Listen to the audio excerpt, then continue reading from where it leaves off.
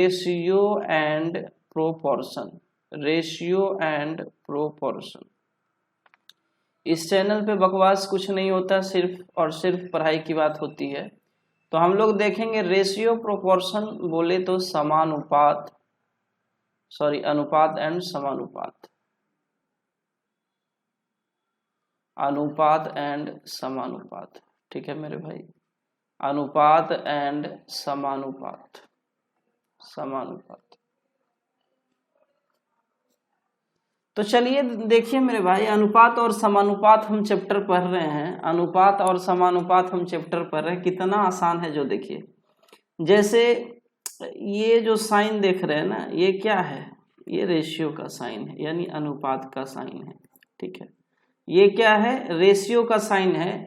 और रेशियो क्या करता है, रेशियो एक्चुअली कंपेयर करने के लिए, किसी भी 2, 3, 4 क्वांटिटी के बीच में जब कंपैरिजन करना हो, ठीक है, कंपेयर करने के लिए, क्या करने के लिए बाबू, कंपेयर करने के लिए, तुलना करने के लिए हम रेशियो का इस्तेमाल करते हैं। कंपेयर करने के लिए यानी कि तुलना करने के लिए हम रेशियो का इस्तेमाल करेंगे। और कंपेयर जब भी होगा तो कम से कम मिनिमम 2 क्वांटिटी होना चाहिए, या 3 भी हो सकता है, 4 भी हो सकता है। यानी जब भी कंपेयर करना होगा तो एक चीज का कंपेयर नहीं होता, एक चीज का दूसरे चीज के साथ होगा, दूसरे का तीसरे के साथ होगा, तीसरे के साथ चौथे का होगा। मतलब जब भी कंपैरिजन की बात होगी, तुलना की बात होगी, ठीक है, तो हम लोग रेशियो का इस्तेमाल करेंगे। जैसे मान के चलिए कोई कहता है कि ए और बी 2 आदमी हैं, ए और बी 2 आदमी हैं, ए कमाता है 20 रुपया और बी कमाता है 40 रुपया। ए कमाता है 20 रुपया और बी कमाता है 40 रुपया। कोई पूछ दे कि अच्छा ए और बी का जो सैलरी है, जो कमाने का रेशियो है, ये बता, यानी दोनों को कंपेयर कर दो। तो कुछ नहीं है, दोनों का रेशियो निकाल देंगे, जो कॉमन चीज होगा उसको कट कर देंगे। तो 10 दूना 20, 10 चौका 40, या ऐसे करेंगे 20 से भी कट जाएगा ये, 20 एकम 20, अब 20 दूना 40। तो हम यहाँ से कह सकते हैं कि बी की जो सैलरी है वह ए का क्या है मेरे भाई, डबल है। बी की सैलरी ए का डबल है। तो बस करना कुछ नहीं है, आपको ध्यान रखना है, रेशियो का मतलब होता है कंपैरिजन, रेशियो का मतलब होता है कंपैरिजन। ठीक है, रेशियो का मतलब क्या होता है मेरे भाई, कंपैरिजन होता है, यानी हम यहाँ पे कंपेयर करने की बात करेंगे। ठीक है, अब बस यही चीज है बेसिक, इसमें और कुछ बेसिक तो है नहीं। आप सवाल पढ़िए और समझिए। देखिए सवाल क्या कहता है, सवाल कहता है 1400 रुपया है, 1400 रुपया है, उसको ए बी और सी के बीच में, ए बी और सी के बीच में 2:7:5 के अनुपात में बांटा गया है। यानी ए बी और सी 3 व्यक्ति है, ए बी और सी 3 व्यक्ति है, और इस तीनों व्यक्ति को 2:7:5 के रेशियो में, यहाँ ए बी और सी का रेशियो दिया हुआ है कि यदि ए को 2 रुपया दिया जाता है, इसका मतलब है बी को 7 रुपया और सी को 5 रुपया मिलता है। कंपेयर किया गया है, कंपेयर किया गया है, तुलना किया गया है कि भाई ए को यदि 2 रुपया मिलेगा तो बी को 7 मिलेगा और सी को 5 मिलेगा। और इस रेशियो में हमको डिवाइड किसको करना है, 1400 रुपया को, 1400 रुपया को करना है। कहने का मतलब 1400 रुपया को 2:7:5 के रेशियो में डिवाइड किया गया है। तो बताइए रेशियो में टोटल वैल्यू कितना है, 2 + 7 9, 9 + 5 14, यानी रेशियो में वैल्यू है 14, और यह बराबर है रुपया के कितना, 1400 रुपया के बराबर है। तो यहाँ से हम एक रेशियो 1 का वैल्यू निकालेंगे बाबू, तो रेशियो 1 का वैल्यू आ जाएगा 100 रुपया। और आगे क्वेश्चन में पूछ रहा है कि बी का हिस्सा क्या होगा, तो बी का हिस्सा तो रेशियो 7 है, बी का हिस्सा रेशियो 7 है, और रेशियो 1 का वैल्यू है 100 रुपया, यानी रेशियो 7 का वैल्यू क्या हो जाएगा मेरे भाई, 700 रुपया। यानी कि बी का हिस्सा है 700 रुपया, जो ऑप्शन नंबर सी में है, this will be the correct answer of this question. बहुत आसान था, बेसिक क्वेश्चन देखेंगे। नेक्स्ट सवाल है ए और बी का रेशियो दिया हुआ है 1:3। कहने का मतलब ए बटा बी दिया हुआ है 1/3, ए बटा बी दिया हुआ है 1/3, और फिर कहता है B/C जो है 9:7 है, यानी B बट्टा C जो है 9/7 है, B बट्टा C जो है 9/7 है। तो आपको पूछ रहा है क्या, A, B और C का रेशियो बताइए, A, B और C का रेशियो बताइए। मेरे भाई देखिए, इस तरह का जब भी रहे सवाल, है ना, इस तरह का जब भी रहे कि मतलब A और B का रेशियो है 1:3, इसको रेशियो में लिख देते हैं, और B और C का रेशियो है 9:7, तो हम क्या करेंगे, सबसे पहले इस दोनों रेशियो में कॉमन मेरा भाई क्या है, B है, दोनों में कॉमन B है। इस रेशियो में B का वैल्यू 9 है, इस रेशियो में B का वैल्यू 3 है, तो इस दोनों जगह तो B ही है ना, दोनों जगह B ही है ना, तो B को क्या करेंगे, सेम करेंगे। दोनों रेशियो में B कॉमन है, दोनों रेशियो में B कॉमन है, तो B के रेशियो को क्या करेंगे, सेम करेंगे। यहाँ 9 है, तो इस 3 को 9 करने के लिए क्या करना पड़ेगा, इस पूरे रेशियो को 3 से गुना करना पड़ेगा, तो 3 एकम 3 और 3 तिया 9 हो जाएगा। तो अब यहाँ से हम A/B/C आसानी से निकाल देंगे कि A का रेशियो 3 है, B का रेशियो 9 है, और C का रेशियो क्या है बाबू, 7 है। यानी इस सवाल का आंसर हो जाएगा 3:9:7, यानी ऑप्शन नंबर A। ठीक है, आसान सा था।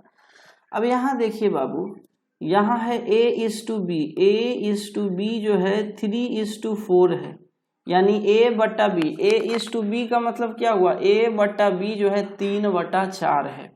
फिर B/C दिया हुआ है, B/C दिया हुआ है 8:9, 8:9 यानी 8:9, और उसी तरह से C/D का वैल्यू दिया हुआ है 15:16, 15:16। अब सबसे पहला सवाल है वो पूछ रहा है कि A/D क्या होगा। A/D मतलब ये बीच वाला सब हमको खत्म करना, सिर्फ A और D का रेशियो हमको चाहिए। A और रेशियो मतलब A B का रेशियो दे दिया, B C का रेशियो दे दिया, C और D का रेशियो दे दिया, और आपसे पूछ रहा है A/D मतलब A और D के बीच का अनुपात पूछ रहा है।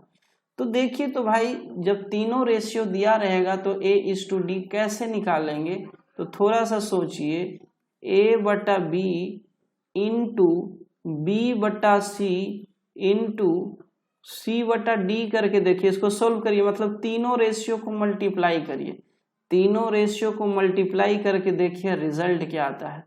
B से V कैंसिल, C से C कैंसिल, क्या आ जाएगा मेरे भाई, A बटा D आ जाएगा, और हमको A बटा D ही तो निकालना था, मतलब यह तीनों रेशियो को आपस में गुना करना पड़ेगा। तो करिए बाबू, 3/4 गुना 8/9 गुना 15/16, 15/16 काटिए, जो कटेगा उसको काटिए, 3 तिया 9, 3 पचे 15, 8 दूना 16, तो आ गया क्या, ऊपर में 5 आया, नीचे में 4 दूना 8 आया, यानी A/D रेशियो कितना हो गया, A और D के बीच का अनुपात कितना हो गया मेरे भाई, 5/8, है ना। A/D क्या हो गया मेरे भाई, 5/8। This will be the correct answer. अब देखिए, इसी में सेकेंड पार्ट क्वेश्चन है, इसी में एक और पार्ट है क्वेश्चन का, वो देखिए। इसका जो बी सेक्शन है वो पूछ रहा है कि ए बी सी और डी का रेशियो पूछ रहा है, A/B/C/D का रेशियो पूछ रहा है। तो हम क्या करेंगे सबसे पहले, जैसे यहाँ B है और यहाँ B है, तो B के रेशियो को हम पहले सेम कर लेंगे। तो यहाँ 8 है, यहाँ 4 है, तो इसको क्या करेंगे, 8 करने के लिए इस पूरे रेशियो में हमको 2 से मल्टीप्लाई करना पड़ेगा। तो क्या हो जाएगा मेरे भाई, 3 दूना 6, 4 दूना 8। तो यहाँ B और B क्या आ गया, सेम आ गया। अब क्या करेंगे, C यहाँ पे 9 है, यहाँ पे C कितना है 15 है, तो इस C को भी हम इक्वल करने का कोशिश करेंगे। तो देखिए तो क्या करेंगे भाई, देखिए क्या करेंगे, तो यहाँ देख रहे हैं कि 9 और 15 का एलसीएम क्या होता है 45 होता है, 45 होता है। 9 और 15 का एलसीएम 45 होता है, तो इसको 5 से गुना करिएगा तो क्या आ जाएगा, 9 पचे 45 और 8 पचे 40, और फिर इसको 3 से गुना करेंगे तो 15 तिया 45 और 16 तिया 48, तो यहाँ पे C 45 हो गया, B यहाँ 40 हो गया और यहाँ B 8 है, तो फिर से इसको क्या करना पड़ेगा 5 से गुना करना पड़ेगा, यानी 6 पचे 30 और 8 पचे 40। तो अब A B C और D का रेशियो आसानी से निकल जाएगा, A का रेशियो 30, B का रेशियो 40, C का 45 और D का मेरे भाई 48 हो गया। तो this will be the correct answer of this question. अब देखो इसमें क्या हमने किया कि लेफ्ट से राइट चला, इसी क्वेश्चन को हम राइट से यदि लेफ्ट में करते तो ज्यादा आसान होता। तो जब भी आपको 3 रेशियो दिया रहे, जब भी आपको 3 रेशियो दिया रहे और A B C D का रेशियो पूछे तो आप साइड से चलना। जैसे एक बार फिर से इस क्वेश्चन को देखते हैं, कुछ और आसान बना देते हैं। जैसे बच्चा कंफ्यूज होता है कि हम इक्वल किधर से करें, तो आपको हमेशा राइट से करना चाहिए, इधर से। जैसे A:B आपका रेशियो 3:4 दिया हुआ है, B और C का अनुपात 8:9 दिया हुआ है और C और D का अनुपात मेरे भाई 15:16 दिया हुआ है। तो हम क्या करेंगे, राइट साइड से चलेंगे, इधर से चलेंगे, राइट से लेफ्ट चलेंगे।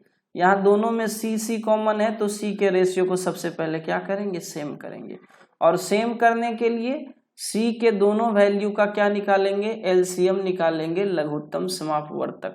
और 9 और 15 का एलसीएम मेरे भाई क्या आ जाएगा 45। कहने का मतलब C को हमको दोनों जगह क्या करना है 45 बनाना है। तो सोचिए इस रेशियो में हम कितना से गुना करेंगे कि 45 हो जाएगा, तो 15 में हम 3 से गुना करेंगे तो 45 हो जाएगा। तो 15 तिया 45 तो 16 तिया 48 करना पड़ेगा। इसी तरह से इस रेशियो में 9 में हम 5 से गुना करेंगे तब 45 हो जाएगा, 9 में 5 से गुना करेंगे 45, तो 8 में 5 से गुना करेंगे तो 40। ठीक है मेरे भाई। अब यहाँ पे B के जगह पे 4 है, यहाँ पे B के जगह पे 40 है, मतलब इस B के वैल्यू को भी हमें क्या करना पड़ेगा बराबर, और B के वैल्यू को बराबर करने के लिए इसमें 10 से गुना करना पड़ेगा, यानी 4 दहें के 40 और 3 दहें के 30, 3 दहें के 30, 3 दहें के 30। तो इसी तरह से A B C और D का रेशियो मेरे भाई क्या आ जाएगा 30, 40, 45 और 48। तो this will be the correct answer of this question. समझे, बहुत आसान था, लेकिन आपको टेक्निक देखना है कि किधर से करना है। लेफ्ट से कर रहे थे, लेफ्ट भी करके हमने पहले दिखाया, उसमें ज्यादा टाइम लग रहा था, लेकिन राइट से करना बहुत आसान है। ठीक है, नेक्स्ट क्वेश्चन देखते हैं। अगला क्वेश्चन है 4th नंबर। देखिए कहता क्या है, कुछ धन है, कुछ धन है, समझे, कुछ रुपया है, कुछ धन है, उसको राम, मोहन और सोहन के बीच में बांटना है। आदमी है राम, मोहन है ना, राम, मोहन और सोहन के बीच में बांटना है। कुछ रुपया है जिसको राम, मोहन और सोहन के बीच में बांटना है, और वह 3:4:5 के अनुपात में बांटना है। 3:4:5 के अनुपात में बांटना है। ठीक है, 3:4:5 के अनुपात में बांटना है। आगे कहता है अगर मोहन का हिस्सा राम के हिस्सा से 900 रुपया अधिक है।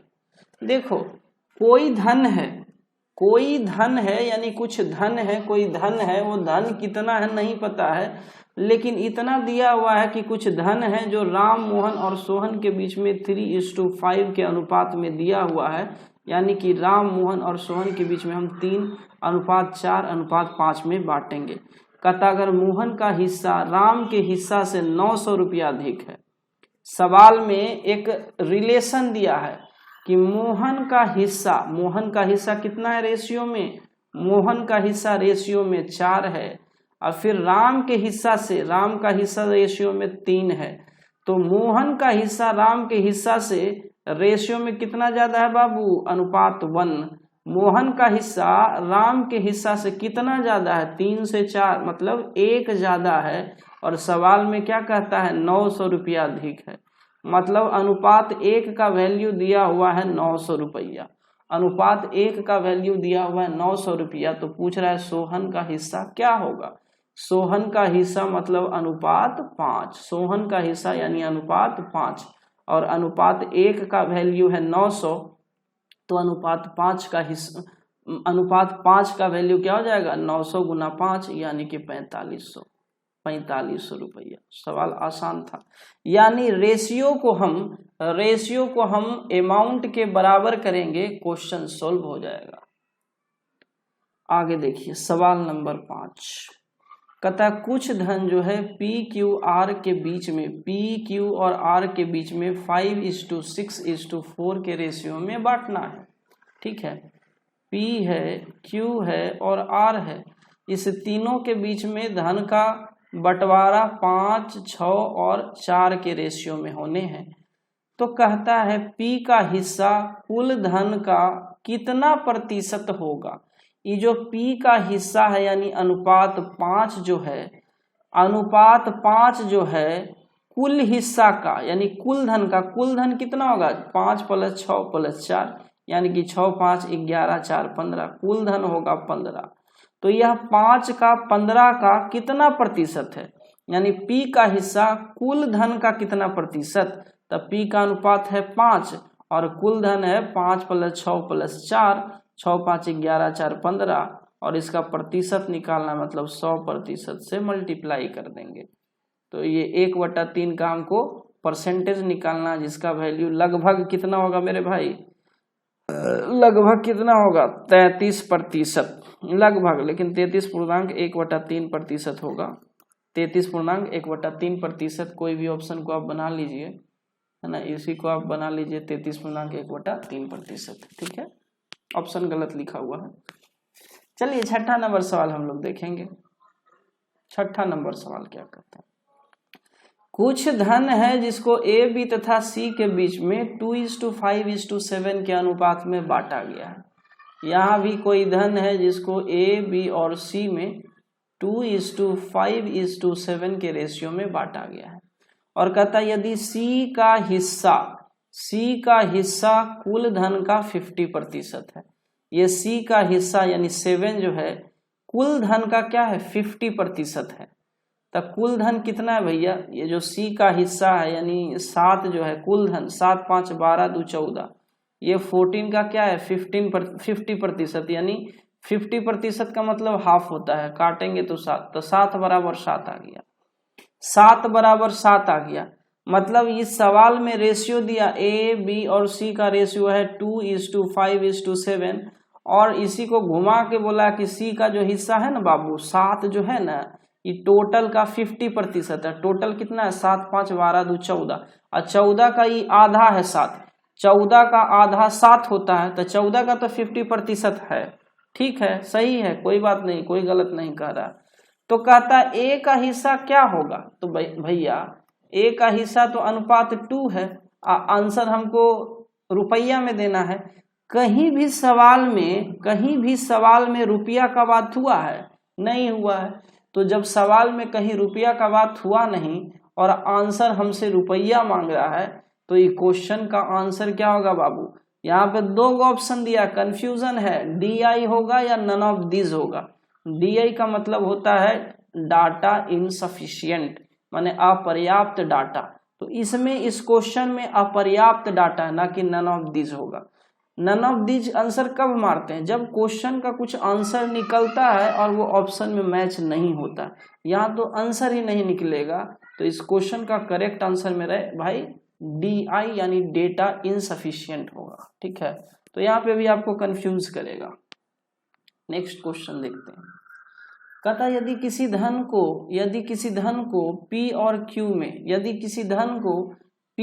Q में इस प्रकार बांटा गया कि P का हिस्सा का 3 गुना Q के हिस्से के 5 गुना के बराबर है, यानी Q का जो भी हिस्सा होगा उसका 5 गुना के क्या है, बराबर है। यदि किसी धन को P और Q में इस प्रकार बांटा गया कि P के हिस्सा का 3 गुना, यानी P गुना 3, P का कुछ भी हिस्सा होगा, जो भी हो, P मान लेते हैं P का हिस्सा को, तो P के हिस्सा का 3 गुना और Q के हिस्सा का 5 गुना आपस में क्या है मेरे भाई, बराबर है। तो यहाँ से P और Q का हम रेशियो निकाल लेंगे। तो P और Q का रेशियो कैसे निकलेगा, ऐसे भी समझ सकते हैं।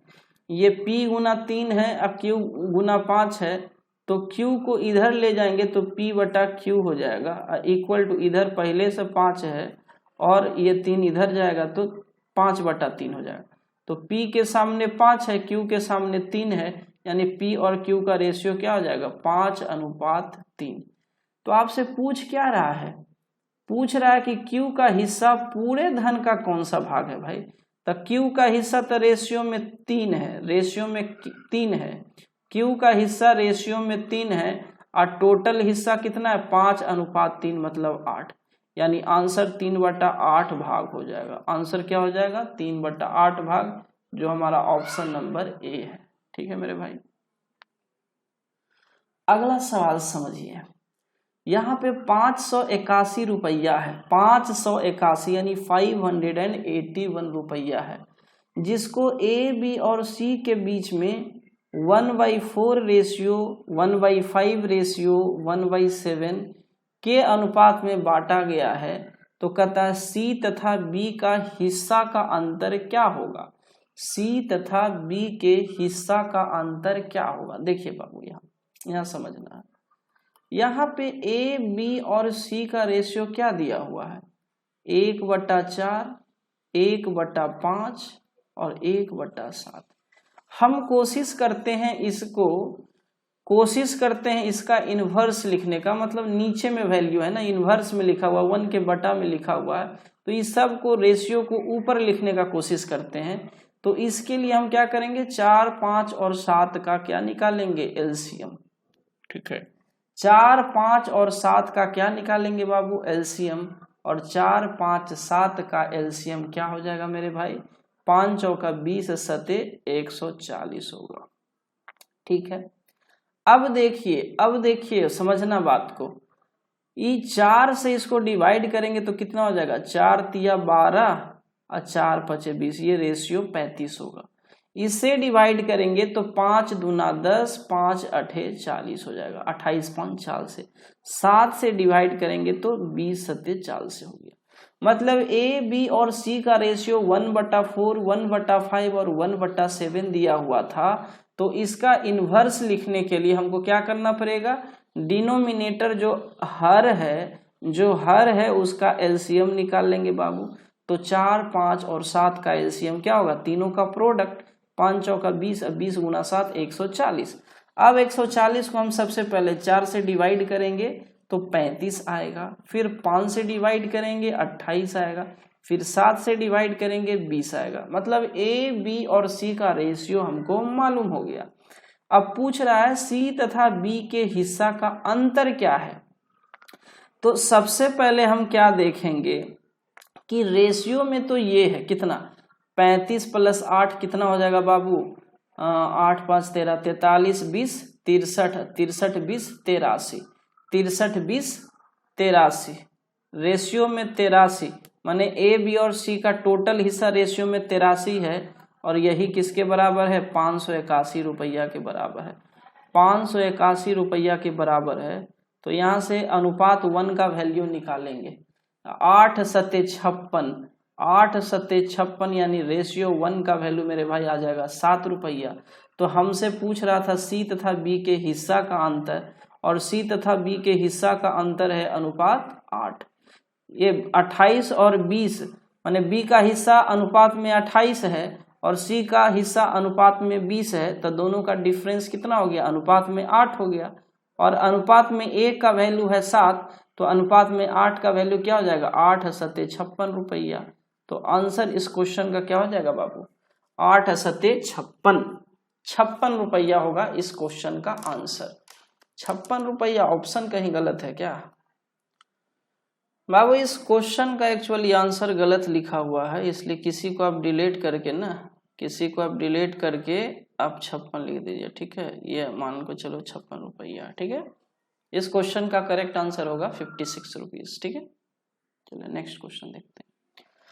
9th नंबर सवाल क्या कहता समझना। कहता 651 रुपया को ए बी तथा सी के बीच में इस प्रकार बांटा गया है। 651 रुपया है, किसी आदमी के पास 651 रुपया है, वह ए बी तथा सी के बीच में इस प्रकार बांटा कि ए का दुगना यानी ट्वाइस ऑफ ए का दुगना बी के 3 गुना तथा सी के 5 गुना के बराबर है। ए का दुगुना बी का 3 गुना और सी के 5 गुना, ये आपस में क्या है, बराबर है। 651 रुपया को ए बी और सी में इस तरह से बांटा गया कि ए का दुगना बी के 3 गुना और सी के 5 गुना के बराबर है। ए का दुगना बी का 3 गुना सी के 5 गुना के बराबर है।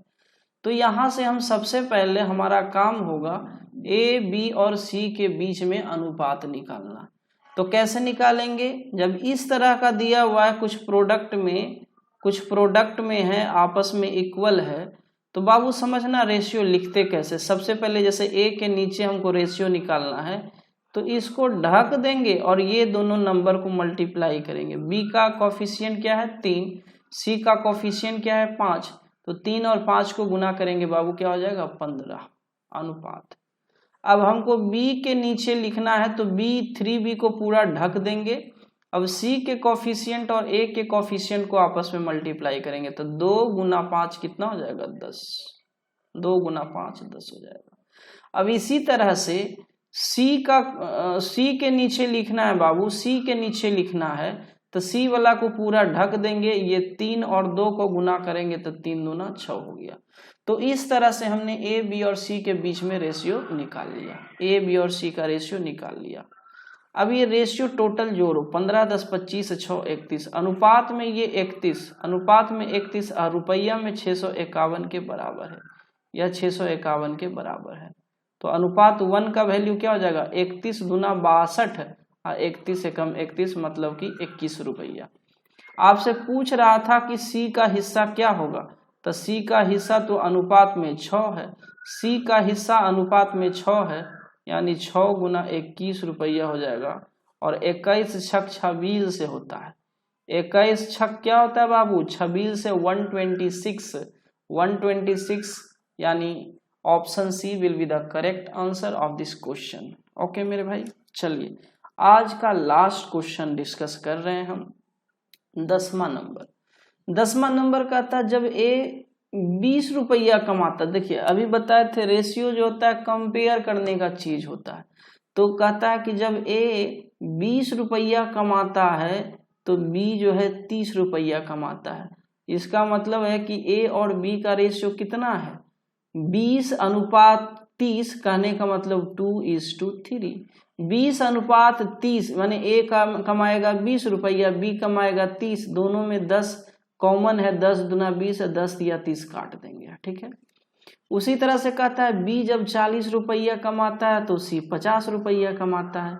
तो यहाँ से हमको बी और सी का रेशियो निकलेगा, और बी का रेशियो क्या निकलेगा 40 अनुपात 50 करेंगे तब बचेगा क्या 4 अनुपात 5। अब फिर कहता है जब सी 60 रुपया कमाता है तो डी 80 रुपया कमाता है, यानी सी और डी का रेशियो है मेरे भाई कितना 20 तिया 60, 20 चौके 80। तो हमने A B B C D के बीच का अनुपात निकाल लिया जो सवाल में बोल रहा था। अब कह रहा ए बी सी तथा डी की कमाई का अनुपात क्या होगा, कहने का मतलब इस सवाल में ए अनुपात बी अनुपात सी अनुपात डी पूछ रहा है। ये तो शुरू में ही बताए थे कि कैसे निकालना, हम लास्ट से शुरू करेंगे। यहाँ देखिए दोनों, यहाँ बी सी है यहाँ सी डी है, मतलब हमको सी को क्या करना पड़ेगा इक्वल करना पड़ेगा। तो यहाँ सी है अनुपात में 5, यहाँ सी है अनुपात में 3, तो 5 और 3 का एलसीएम निकालना पड़ेगा, और 5 और 3 का एलसीएम मेरे भाई 15 होता है। तो इस रेशियो को हम 15 बनाएंगे, 3 को 15 बनाएंगे, 3 को 15 बनाने के लिए 5 से गुना करना पड़ेगा। तो 3 × 5 = 15 हो गया, 3 पचे 15, 4 पचे 20, ठीक है मेरे भाई। उसी तरह से इस 5 को हमको 15 बनाना पड़ेगा, इस 5 को 15 बनाना पड़ेगा, तो इस पूरे रेशियो को हम 3 से गुना करेंगे। 5 तिया 15, 4 तिया 12, 4 तिया 12। यहाँ पे देखिए, यहाँ b आ गया 12, यहाँ b आ गया 12, और यहाँ b क्या है 3 है। मतलब अब इस 3 को भी क्या बनाना पड़ेगा, 12 बनाना पड़ेगा, 12 बनाना पड़ेगा। तो 3 में हम 4 से गुना करेंगे, 3 में 4 से गुना करेंगे तो 12 हो जाएगा, 3 में 4 से गुना करेंगे तो 12 हो जाएगा। तो इस पूरे रेशियो को हमको 4 से गुना करना पड़ेगा, तो 2 को 4 से गुना करेंगे तो 8 हो जाएगा। तो यहाँ से मेरे भाई ए बी सी और डी का रेशियो निकल गया। ए के जगह पे अनुपात 8 होगा, बी के जगह पे अनुपात 12 होगा, सी के जगह पे अनुपात 15 होगा, और डी के जगह पे अनुपात 20 होगा। और this will be the correct answer of this question. तो हमने फर्स्ट 10 सवाल करवाया है। ये बेसिक चीजें थी जिसको आप बढ़िया से समझेंगे, एक बार वीडियो देखेंगे पूरा। और आप लोग वीडियो देखते नहीं हो मतलब आप लोग को जॉब लेना होना नहीं है, हम ये समझ रहे हैं। क्योंकि देखते हैं बहुत व्यूज कम है। अभी यदि डिजिटल बोर्ड लगा दिया जाए, बड़ा बड़ा भाषण दिया जाए, एक से एक शो ऑफ किया जाए, तो बाबू आप लोग वीडियो देखते हो खूब यूट्यूब पे। और वो कोई भी, जैसे कोई शुरू किया टाइम एंड वर्क, आप यूट्यूब पे देखना, जैसे टाइम एंड वर्क शुरू किया तो वो अपना टेक्निक बताता है आपको, क्या देखो हम ये टेक्निक जानते हो, सिखाता कभी नहीं है। कोई भी बड़ा सा बड़ा टीचर को देखो, आएगा फटाफट क्वेश्चन कराएगा चला जाएगा, आपको समझ आ रहा है नहीं आ रहा है उसको कोई मतलब नहीं है, वो सिर्फ अपना क्या करता है, प्रचार करता है। यहाँ पे आप लोगों को सिखाया जा रहा है एकदम बेसिक टू एडवांस, इतना करा दिया जाएगा, उसमें भी फ्री ऑफ कॉस्ट, आपको कुछ चार्ज नहीं करना, फिर भी आप वीडियो नहीं देखते हैं तो गलत बात है। आपको यदि नौकरी लेनी है मेरे भाई, इतना समझ जाना कि इस चैनल पे आप मैथ्स का विद्वान जरूर बन जाओगे, मतलब इतना जान जाओगे कि आप एग्जाम क्रैक कर सकते हो। हमारा खुद का एक्सपीरियंस है मेरे भाई कि हमने मैथ्स के बदौलत ही जॉब लिया है। तो जाहिर सी बात है, मैथ में इतना कुछ आपको सिखा देंगे कि आपका भी जॉब पक्का हो जाएगा। लेकिन आप हमारे चैनल के साथ बने रहिए। आप हमें ज़्यादा नहीं, आप हमें 6 मंथ्स का टाइम दीजिए, 6 मंथ्स का टाइम दीजिए। देखिएगा मेरे भाई, ये 6 मंथ्स में भी हम आपको क्या करके देते हैं, ठीक है, हम आपको क्या करके देखते हैं, ये 6 मंथ्स में आप देखिए, ठीक है मेरे भाई। तो ठीक है, नेक्स्ट वीडियो मिलते हैं, तब तक बाय बाय। और वीडियो अच्छा लगे तो लाइक करिए और शेयर करिए, नए रहें तो चैनल को सब्सक्राइब कर दीजिए, क्योंकि यही चैनल है जो आपको 100% गारंटी के साथ जॉब दिला सकता है। लेकिन हाँ, बशर्ते कि आप रेगुलर बने रहिएगा तब। अब ऐसा नहीं है कि एक दिन वीडियो देखिएगा और कहिएगा सर जॉब नहीं लगा, तो ऐसे थोड़ी ना होता है। आप डेली बने रहिए, जॉब नहीं होगा तो आप बोलना, मतलब मैथ्स नहीं सिखा देंगे और साइंस, तब आप कहना, ठीक है मेरे भाई। ओके भाई।